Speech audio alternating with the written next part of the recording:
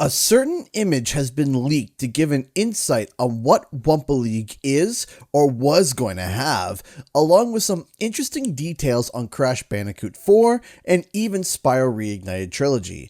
Let's talk about it. Whoa!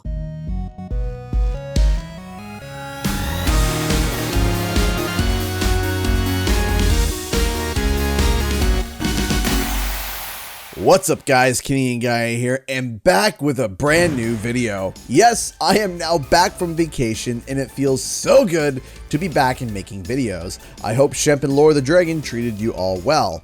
But here's the thing, something big has been found. See, Wumpa League has become almost sickening at this point. There is so much evidence and so much talking about it that it's become the world's worst kept secret. Basically, we're all like, Well, we're waiting. and that doesn't change today, because something else has come forward, but this time, it's not from the Activision marketing team. This time, it's a bit of a, well, I suppose an unintentional leak. Now, the person who found this had asked me to not mention them, but the image I'm going to show you is from a previous Toys for Bob employee who created internal graphics and timelines for the team. Now, the person who gave me this image is not the ex-employee, but the ex-employee did post this on a public site. To make sure that they don't get in trouble, I am not going to post the original link, but just know it's from an ex-Toys for Bob employee. Here is the image. On the surface, there is a lot of text and a lot of seemingly technical wording. We can see some pins and shirt designs this employee helped design for Game Jam, the Spyro development team, and the summer interns. We even see champagne bottle designs that are themed around Embryo. Now, all of this is well and good, but what I want you to focus on is the information on the left-hand side. Now, some of it is covered, but a lot of details can still easily be gleaned from this. See, what we have here is a production roadmap for Crash Bandicoot 4. We can see a number of interesting facts. Up here, we can see what was needed to be done by October 2019. It says here the engine boss battle needed to have its art and design pass completed, along with the temp named level Wasteland 2, which I assume is Crash Compactor. Below that, we can see the levels that can be played at that point in production. Again, all temp name files like Temple 1 and Deep South 1. Now, we can't see much in September, but we will get back to that because there is something interesting there.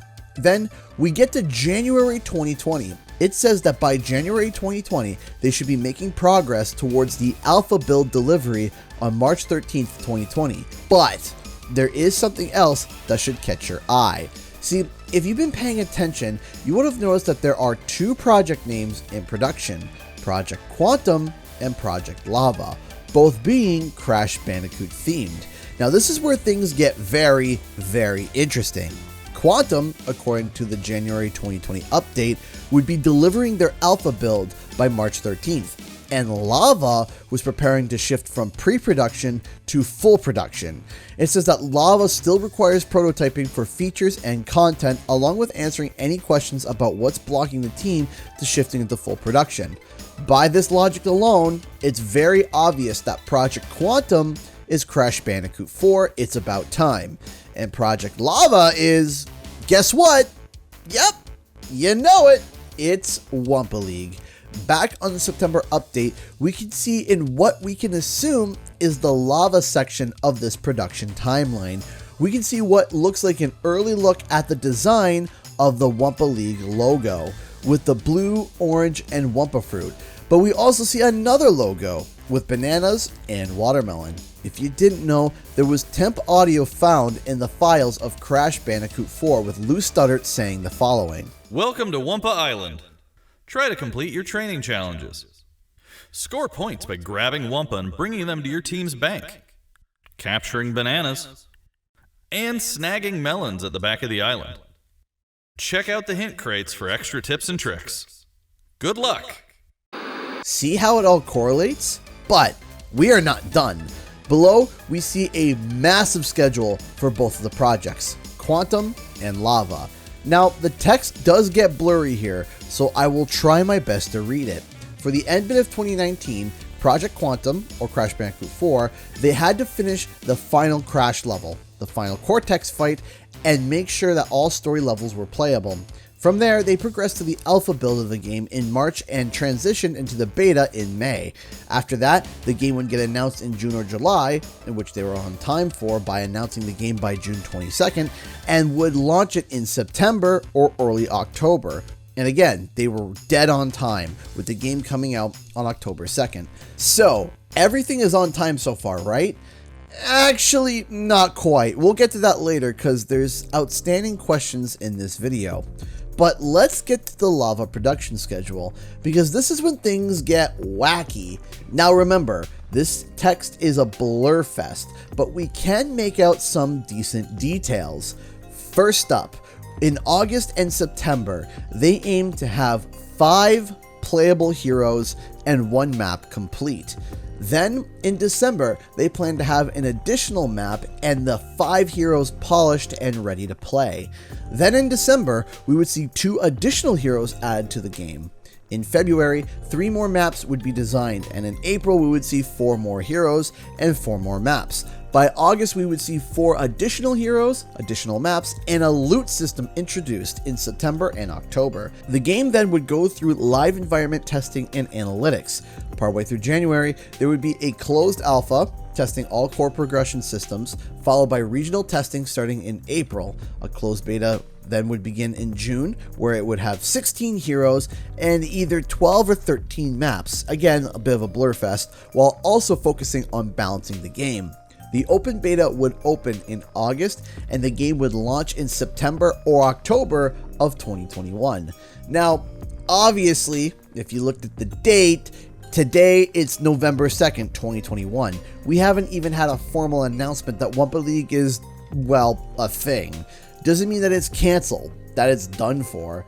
Well, for a game that was supposed to have its beta announced in June for invite only, and then the open beta announced in August, they certainly are still teasing the game pretty hard. Between all the evidence that we talked about, between the Wumpa League coin in the PlayStation Showcase in September, to the same coin being the anniversary video, and Avery Lodato literally saying, "Happy birthday, Crash, we'll see more of you very soon." Happy 25th anniversary, Crash. We'll see more of you very soon.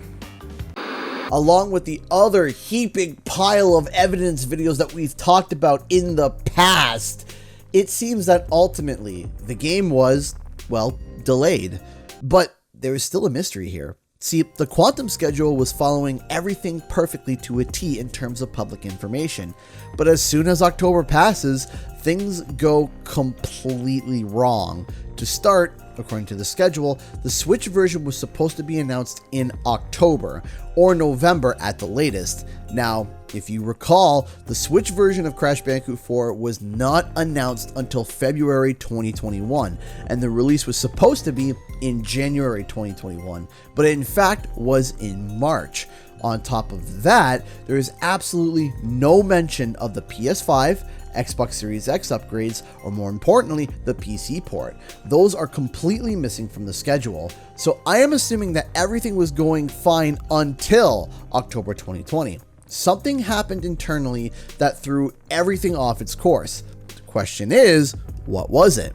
On top of that, if you've dabbled and played with mods in Crash Bandicoot 4, you would know that the folder on the PC is not named Quantum, but named Lava, the project name that was supposed to be for Wumpa League, not Crash Bandicoot 4. It's about time. There are a lot of questions that need to be asked, so I'm going to be making a part 2 video for later this week. If it's done, I'll throw a link in the top right corner. If not, make sure to subscribe to stay up to date. If you have questions as well, let me know in the comment section below and I'll try to answer it in the next video. Thank you so much to all those who not only support the channel, but myself and my family. Because of your contributions, I'm able to do this full time. If you'd like to support the channel, please consider clicking the join button or becoming a Patreon with the link in the description. I also live stream every Thursday and Friday at 7 p.m. Eastern Standard Time. Come on by and say hi. Again, thank you to everyone, and I'll see you guys in the next video and or live stream.